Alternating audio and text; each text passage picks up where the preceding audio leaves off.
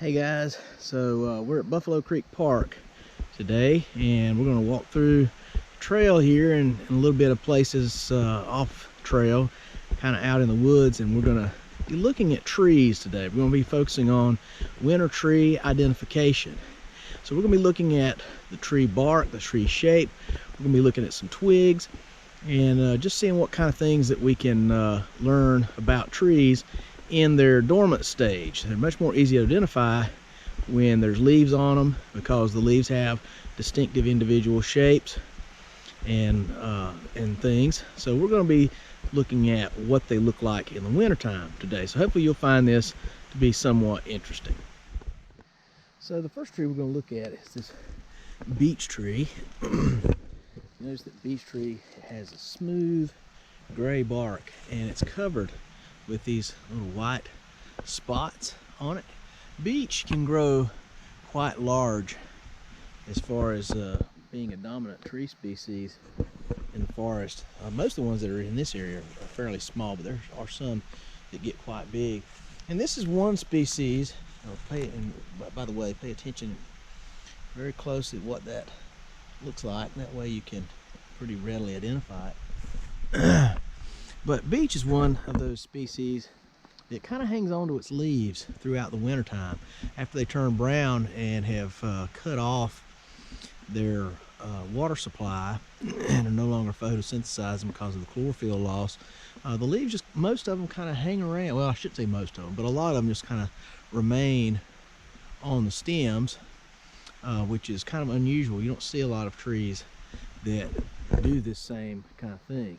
And if you go out the twig here, you'll notice that beech has these kind of pointy leaf or terminal buds there. I'm not sure how well you can see this on the camera. Hopefully you can see it pretty well. But you can see these little terminal buds here, and some of them are really long. Like we pull this one over here. This one's fairly long. So they're long and cylindrical, very thin, has very tight scales, and the leaf scars on these are very, very tiny. And you can see them just right there where my fingernail's at. That's where the leaf scar is. So they're very, very small, but these terminal buds are really the dead giveaway that this is American beech.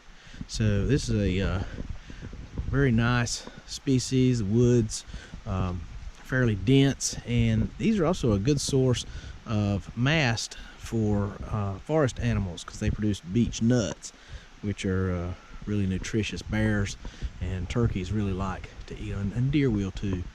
Squirrels, I don't know if they mess with them too much, but I know the bears and turkeys really will scoop them up. They're fairly small, and they get covered with leaves fairly quickly, so makes it a little harder for things to find them. But this is American beech. And this spot where we're at, there's a really interesting shrub that grows here. It's called mountain camellia, and this is it right here. And this is really interesting striped bark. And see if we can get in kind of close so you can kind of see that bark. But it's sometimes it's singular stem.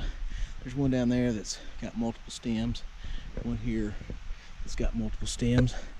This is kind of a unusual species for this area. In fact, here at Buffalo Creek Park, this is the only place that I know of where it occurs. And it occurs in a couple little drainages here in this park. But it's a really interesting shrub, and particularly in the spring, late spring, when it flowers, it has these great big white petals, and the center will be either yellow or purple, and it's really a beautiful shrub. It's one I would really like to be able to grow. Here's a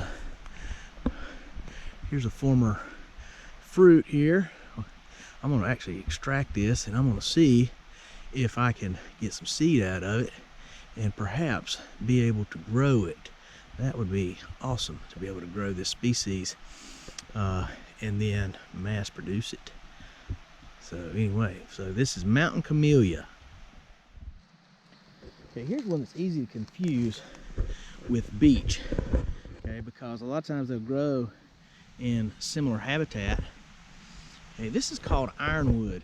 Some people refer to it as musclewood because it has this muscular appearance, and you don't know how well you can see this in the camera, but it kind of has just these kind of ridges around the stem, and it feels very, it's really robust and stiff. And down here you might be able to notice some of these slight ridges and undulations, but it has a very muscular appearance to it. If you look out here on these limbs here, you can kind of see that. And the further up you go in the tree, the easier it is to see, and the younger ones especially look very muscular. But ironwood, way to distinguish it is it's one that sheds its leaves for the most part during the fall, and so there's not going to be anything left on this like what you would see with beech. Beech is always going to have these pale leaves like what you see over here. Okay, see that's a young beech right there, and there's quite a few beeches down in here. But ironwood doesn't have those big thick terminal buds like beech does. Okay, it also has very, very small leaf scars. You would actually have to get a hand lens or magnifying glass to be able to see a lot of the detail that's found on ironwood because the twigs are so small. I mean, you're just not going to be able to see a lot of detail with these just by looking at them with the naked eye. So you'd need to get a hand lens to be able to see leaf scars and things like that. And this is where being able to identify plants by location, understanding where they grow, like for instance, we're kind of in a low floodplain here, okay, alongside Buffalo Creek. And this is exactly the kind of place where you'd find ironwood. It's also the kind of place you would find beech. Beech likes these floodplains, alluvial floodplains. And so it's a good place to find both species. But if you look at that, look how similar that it looks to beech. And if you're just walking by, you'd say, oh, that's a beech. But it's missing those long, thicker terminal buds that you see with beech. And it's also missing those leaves that you typically would find on beech in the wintertime. So this is ironwood. And its scientific name is Carpinus carolinianus. So here's a really nice beech tree. I'm a little out of breath because I've been climbing up the hill, so bear with me. But this is a really good size one. And this is pretty typical as far as what you see with the big ones. Now, one of the things you'll notice about beech trees, the older they get, the greater the opportunity for people to carve their initials into them. And this is not something that's particularly good for a tree. But one of the things that beech do well is they heal scars really well. So when somebody decides to write something on a tree, that usually will heal over, and that will be there for the rest of that tree's life. I did not put that on here, just so you know. Just thought that would be important for me to point out. I don't go around putting my initials in trees, but not everybody is as conscientious as I am when it comes to trees. I'm not bragging, I'm just saying. But it's not something that I recommend that you do, is putting your initials into trees, because it's not good for them. And it's really what I call eco-vandalism, because that's what you're doing. You're defacing that tree. So I would suggest not doing that, but it's certainly worth mentioning because we see it all the time. Look at that, look at the monstrosity of that tree. Pretty cool. I love beech trees.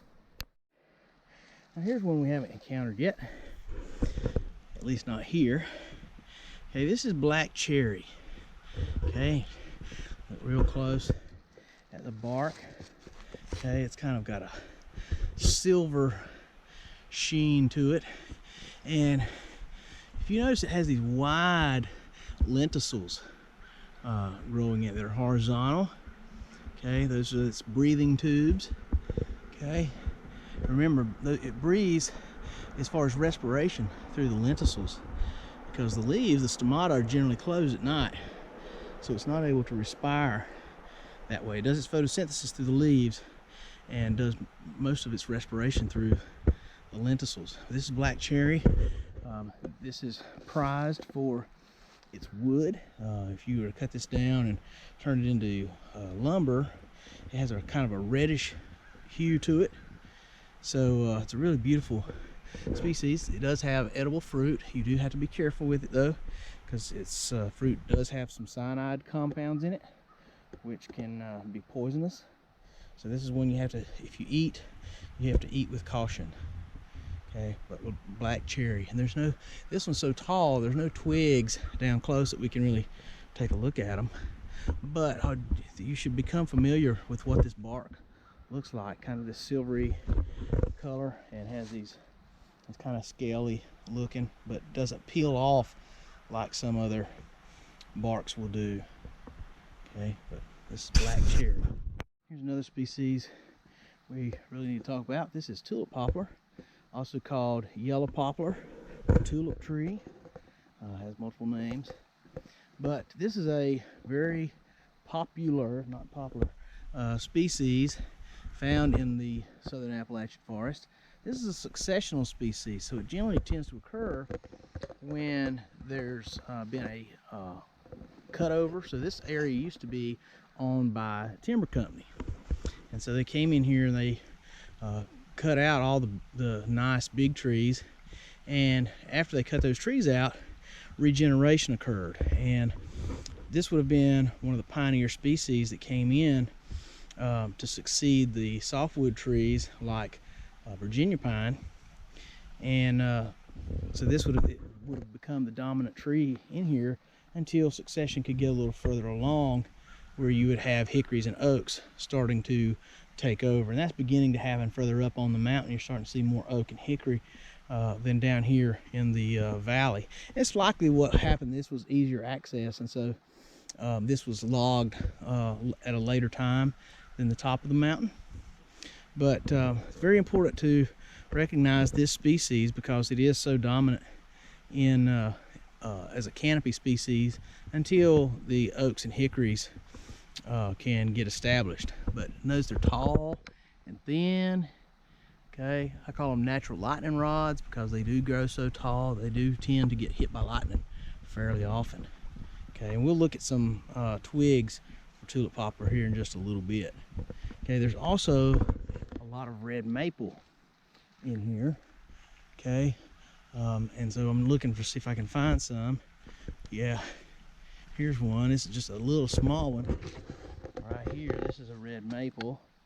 Okay, we'll probably see some bigger ones as we go out, but red maple kind of came on the scene as the same time that tulip poplar did. And there's too many of them really in the forest. Their numbers are way higher than they should be because of past forest management techniques and things like that. So there tends to be way more of these than there should be. And we'll look at some twigs of this as well. But red maple, whereas tulip poplar is more of a successional canopy species, red maple is more of an understory species. Tulip poplar grows really fast. Red maple has a slower growth rate to it, so it tends to hang around a little longer. And tulip poplar doesn't get as big as tulip poplar. Tulip poplar can get to be just huge, but red maple is usually not quite as large. But both do have some advantages. Tulip poplar is often used for different types of paneling and things like that. Red maple is highly valued for its fall color because it can change anywhere from from red to orange to yellow. So it's really one of the more beautiful species that we have in our forest in the fall. Okay, this is one that you guys definitely should be familiar with. This is called American holly. Okay, most likely this is a male tree. I don't see any berries on it, which it is fairly young. But holly is an evergreen species, but it's not a conifer. Okay, so this is it's in the Magnoliopsida. Okay, so that makes it an angiosperm. Okay, it's rather than a gymnosperm. But this is one of the very few tree species in our forest that is evergreen, so it doesn't lose its leaves. This species can be propagated either by its seed or by taking cuttings. You can take cuttings from these outer twigs here from this new growth, okay, and you cut them down here, and then you can actually plant these, and they will grow. So they're rather, it's rather interesting. But these things are they're very prickly. So a lot of people don't like them for that reason, but they are very decorative in the wintertime, particularly if it's a female plant and has berries on it. A lot of people will take cuttings and make wreaths and things like that out of them. So the berries are very valuable for wildlife, such as birds and squirrels, mostly birds. Those are the things that generally like to eat the red berries. It probably does get browsed upon by deer as well. And they can actually get quite tall if they're in the right place. So pretty cool. This is American holly. All right, so here is our tulip poplar. This is a twig. Okay, we've got our little terminal bud right here. Hope that's coming in clearly on the video there. That's the terminal bud. This is where the coming year's shoot will grow from. Okay, we can see the leaf scars here. They're kind of round. Okay, and the axillary bud is just above that leaf scar. So right there is the axillary bud. Okay, you can see every year of shooting. There's a spider on me. So this is where last year's growth occurred. So it wasn't quite as rapid as it had been in the past. Okay, but that's that. Let's look over here at this one. So this one is really cool. You can see some of the bud scales right here. So this is where the shoot from last year grew. Okay, so it grew and had multiple nodes on it as it grew. Okay, but these two double rings there, those are the terminal bud scale scars. Okay, and then these rings that you see around the stem right here above these leaf scars, those are the stipule scars. Okay, the stipules are vegetative material that look like leaves, okay, that actually attach and wrap around the stem. Okay, but that's a unique feature of tulip poplar and other magnolia species. Okay, if we look at our bud scars there, you can see they're kind of oval or round, and they'll have little or I said leaf scar, they have little bundle scars inside there, usually multiple bundle scars, which would be where the xylem and phloem would be found. But this upper bud here is what we call a valvate bud, because it splits down the middle into two scales. Okay, so when this opens up, those scales will fall off, and the material that will form this next shoot that will grow off from this is all found within that bud. Okay, so there's meristem tissue in there, and that tissue is able to differentiate, similar to the way stem cells do in animals. But plants can develop parts from multiple places, but this terminal bud here is where most of the all of the new growth will come from. Now, that does not mean that you won't have growth on other parts of this twig and other parts of this little sapling, because anywhere you've got a bud, okay, such as right here, okay, then you're going to have a leaf there or a new shoot. So there's a bud right there, there's one, so you have either a shoot or a new leaf that will come up or will come out from that location. So this is tulip poplar. Okay, here's a young evergreen species we have right here. This is a fairly common species found throughout southern Appalachian forest. Okay, this is white pine. Okay, this is just a young one here. This is a sapling. Look down here at the base of it, you can see it's not big at all. It's no more than 3 feet high. But white pine can be identified by the number of needles that occur in each bundle. Okay, so if we go out here to this one, this has got some really very distinct needles here. So if you look that the needles are bundled, okay, there's typically 5 needles per bundle, and this one is very typical. So there's exactly 5 needles in that bundle there that I've got in my hand. I had to move it so it doesn't, you don't see all the other ones that are around it. Okay, so it's kind of hard to do, but there are 5 needles located in that little bundle there. As I pointed out to the students that are in person, when we walked out on the trail at Ditmer Watts, white pine is useful in terms of being able to use the needles to make a tea, and that tea can it's loaded with vitamin C. In fact, a lot of vitamin C found in white pine needles, and so it can be used when necessary to reduce scurvy. In fact, that was one of the things that was used for, that's a disease that's caused by vitamin C deficiency. So it's a very important vitamin that we have to have in order to live. But I just wanted to point this one out to you. White pine. So here's a cool little find. Spring is definitely on its way, and where we're at, we're kind of in a nice little sheltered area here, so it doesn't get a lot of wind or cold temperatures here. And even though this is not a tree, it's worth pointing out because it's just kind of a cool thing.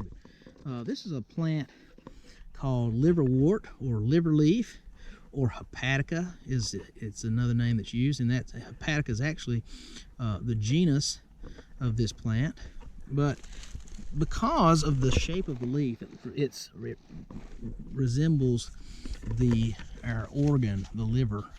Okay, it's 3-lobed, and it was said that this plant was able to remedy liver ailments, and that was one of the reasons why it was given that name. The name comes from something called the doctrine of signatures, which goes back to historical medicine, so that if something had a specific shape or looked like something, then it was believed to be useful to cure some ailment related to that. And hepatica is an example of that. But when this blooms, it will have these little tiny whitish purple flowers. There's 2 species that occur in the gorge. You have this one, which has what we call obtuse lobes. Okay, so they're kind of rounded. Okay, and then you have acute lobed hepatica, which has sharp lobes on the end. This is the obtuse lobed hepatica. It used to be called Hepatica americana. It's been called Hepatica obtusa. I'm not sure what its scientific name is now. I don't remember. I'd have to go back and look it up. I know it's been through a few different name changes, but nevertheless, it's an interesting plant. It's one of our spring ephemerals, so that means that it's one of the first things to bloom in the spring, and it will bloom before the leaves come on the trees. The reason being is it does all of its photosynthesis very quick before it gets shaded, and that way it can bloom and set seed and drop its seed all before the canopy comes on the trees. And then what it will do, it will take that photosynthetic energy, and it will do all of its growing for the year underground. So that root underneath the soil there will be growing and providing, it will have collected all the nutrients it needs as it prepares to go dormant for the next year. So spring ephemerals bloom very fast, and they get her done all before the canopy comes on, or the leaf coverage comes onto the trees. So really cool. If you look around long enough, you'll always find something that's really interesting. So this is the fruit Fraser magnolia. Okay, this is huge. These come in cone-like structures, and in the fall, or late summer, early fall, these are covered in red berries. Okay, so they have all these little red seed-like fruit inside there that are kind of held in each of those little pockets. Okay, but these are a very, very important food source for migratory birds as they head south for the winter. So very important thing. If you look, anytime you look around or you find these, there's always one close by, and here it is. Okay, so this big tree that we see right here, this is Fraser magnolia, and look how tall this one is. It goes way, way up there. I don't see any twigs or anything down on the ground that I can show you. But one of the things we can say about this tree is it's very similar to tulip poplar. Both trees are in the same family. They're both in the magnolia family. Okay, and so that means that their characteristics as far as on the twigs are going to be very similar. Okay, it's an alternate branched tree.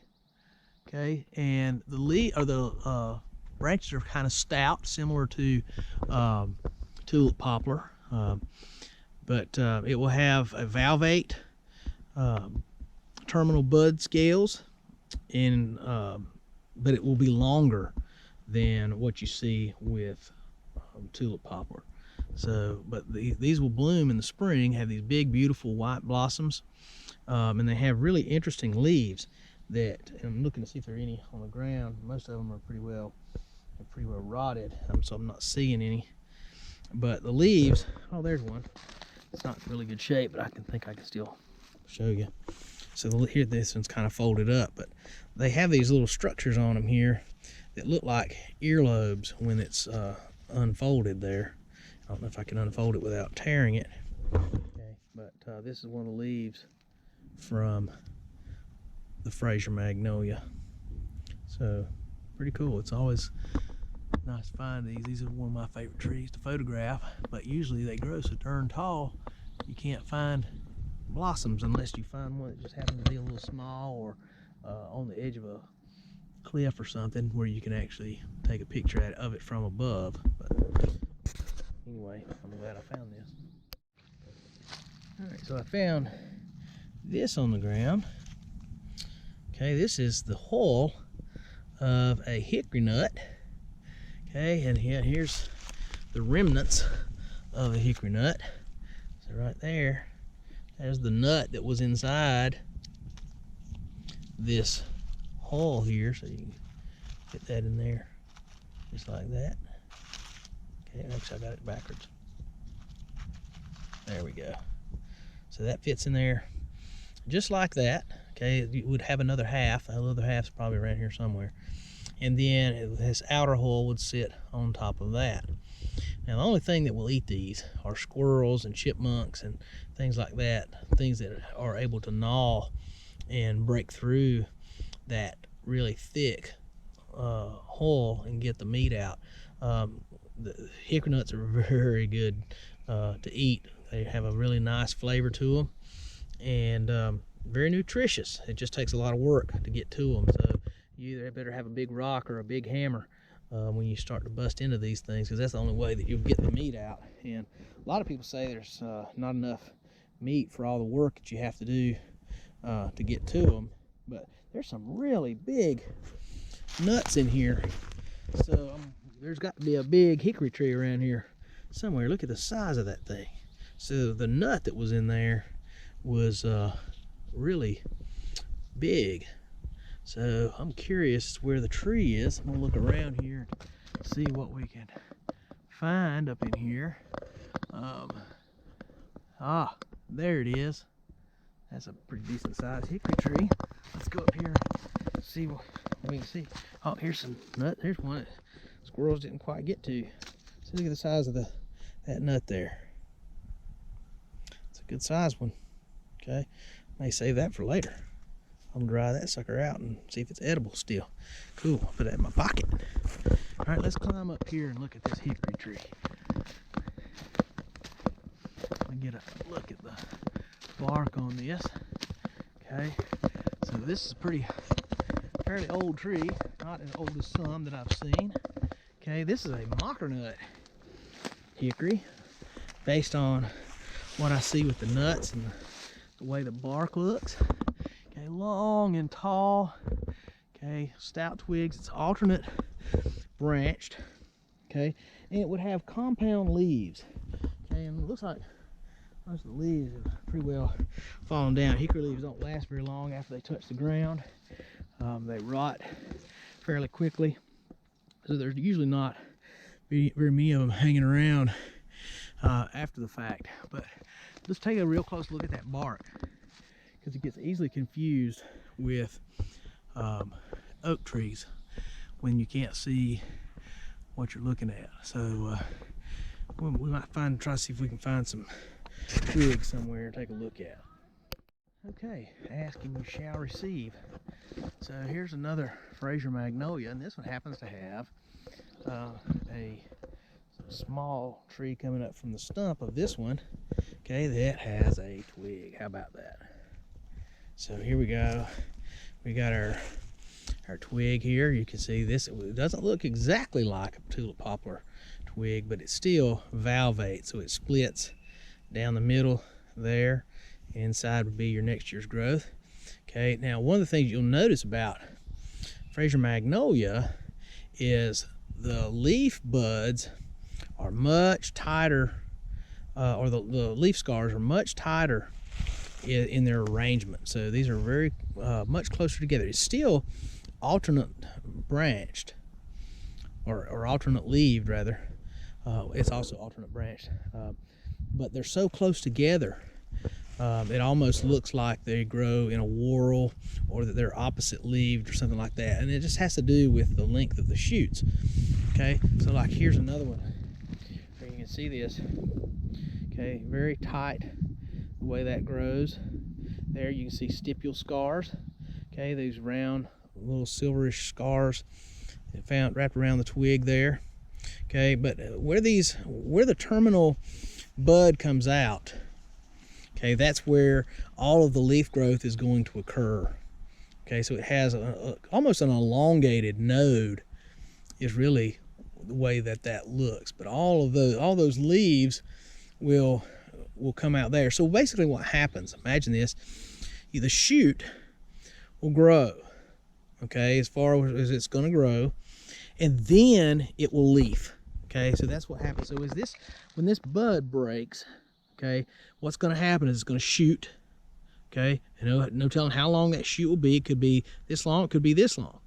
Okay, so depending on how long that shoot is, and then after it shoots, okay, then the leaves will come out, and then it may have a flower cluster at the end. Most likely not. Okay, not on one this size. Okay, on one of the larger trees like this one that's behind it, that will probably have some trees, or excuse me, some flowers.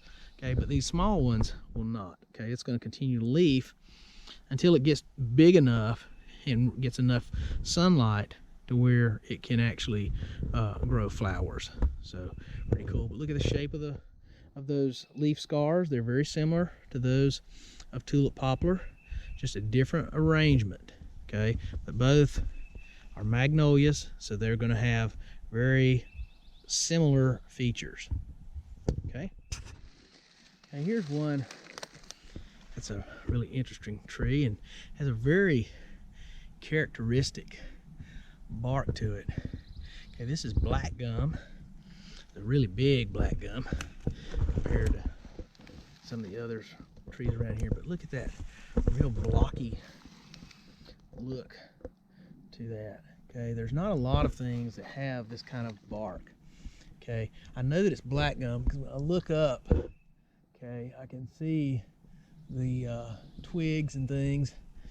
That way you can see that. This is way the heck up there. But if this were something like ash is opposite branched, and this is alternate branched. Okay, ash kind of has a blocky appearance to its bark as well, but it's not as common as black gum in the forest. Black gum has beautiful fall color. Okay, looking around, see if I can find any black gum leaves. Find plenty of beech leaves around, but I don't see any leaves for black gum. But black gum, it's got this great fall color, very distinctive. It turns a real bright, brilliant red. So really, really nice. There's one. Okay, these are kind of long on this one, but that's black gum leaf there. There's a lot of beech leaves laying around here too. There's got to be a good sized beech tree around here somewhere, I suspect. There's a few that belong around. But this is an important food source for deer and turkeys and things like that. It produces these dark blue berries that don't taste very good, at least not to us. So people don't usually eat them. I don't know that they're poisonous or anything. They just don't taste good enough to eat. So I don't know that anybody would really want to mess with one. But that's black gum. The characteristic of this one is that bark, that very blocky, square looking bark pattern. Alright, so here we've got a young eastern hemlock.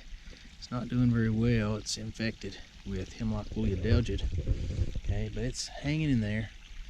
You can see some of the scales from hemlock woolly adelgid on here. These little white things. I don't know if you can see that on the video. There's little white stuff there. But eastern hemlock and Carolina hemlock are very important species in southern Appalachian forest. They're what we call a keystone species, and we talked about what keystone species are. They're a species in which other things within the natural community depend on.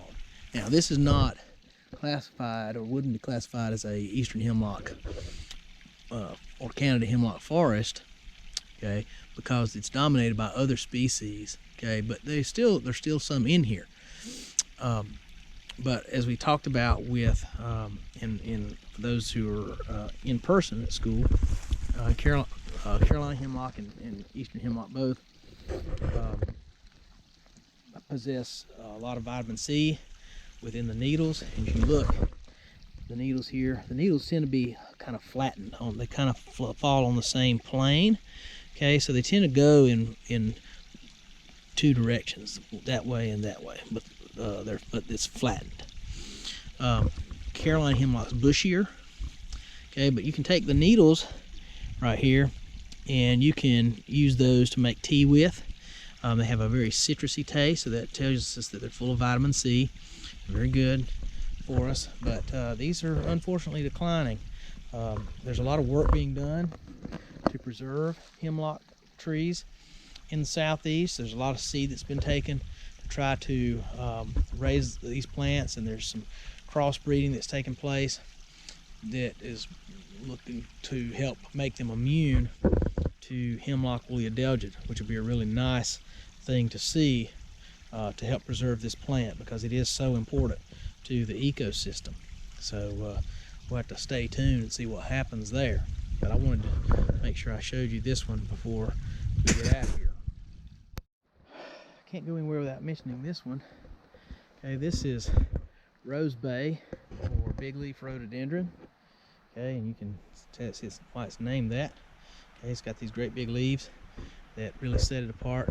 And this is a summer blooming species. Okay, it blooms about mid-June to about mid-July, and here you can see the former fruit on it. Okay, and like other species, this grows from a terminal bud. This is the bud is forming right here. Okay, these will swell before too long, and it will begin to grow new growth. So this is this past year's shoot. Okay, and if we wanted to propagate from this, the best thing to do is to wait for this right here to do its thing, for it to shoot and bloom, and then about midsummer you can actually take the cutting from there, and you can grow this from a cutting. Okay, but you want to wait on, make sure you're using good green soft wood, okay, to do a softwood cutting on this. But very dominant species, particularly in acid cove forest, and we're kind of moving down toward the floodplain, and this would be kind of a acid cove forest, even perhaps bordering on a Canada hemlock forest, but I would call it more acid cove, just because of some of the other species that are present in here. But rosebay is a really prominent species in acidic cove forests. So we're kind of up on this hill here, on the side of the hill.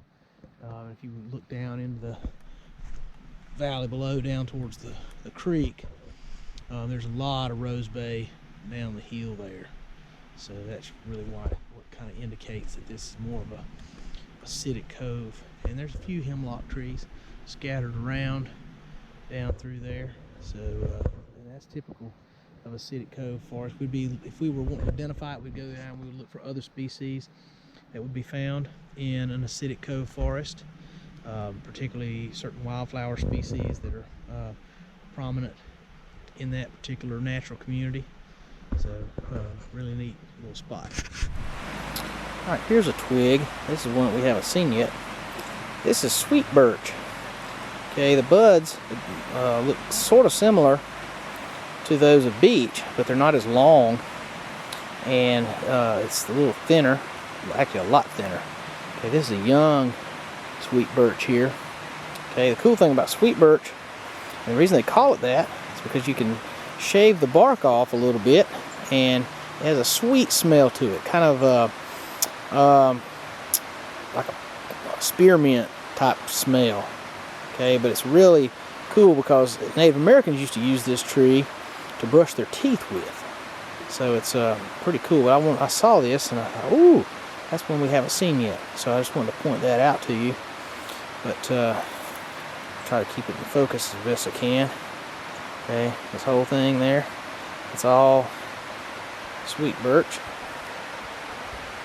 It's got those little shoots there on the twig, and that's one of the ways we'll be able to identify it. It has those little longer shoots that come out where the axillary buds are.